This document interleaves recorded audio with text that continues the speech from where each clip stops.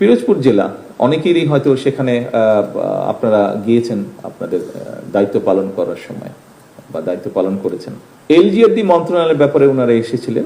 স্বাভাবিকভাবে এলজিআরডি যেহেতু ভিতরে রাস্তাঘাটগুলো তৈরি করে মানুষের কষ্ট হচ্ছে, গত প্রায় 1 বছর ধরে কাজ সব বন্ধ আছে, উন্নয়ন কাজ, ফলে মানুষের চলাচলে অসুবিধা হচ্ছে। সেই জন্যই ওনারা এসেছিলেন যে কি করে কাজ শুরু করা যায়। আমি ওখানে সেক্রেটারি ছিলেন, মিনিস্টার ছিলেন।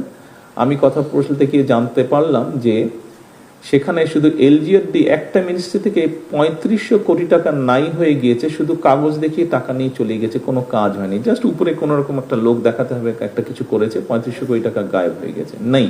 এবং লিটিগেশন হওয়ার কারণে সব কাজ বন্ধ হয়ে আছে। এইটা নিয়েই সমস্যাটা, কিভাবে এই সমস্যাটাকে জটটাকে ছুটিয়ে মানুষের জন্য কাজ করা যায়, রাস্তাঘাট নির্মাণ করা যায়।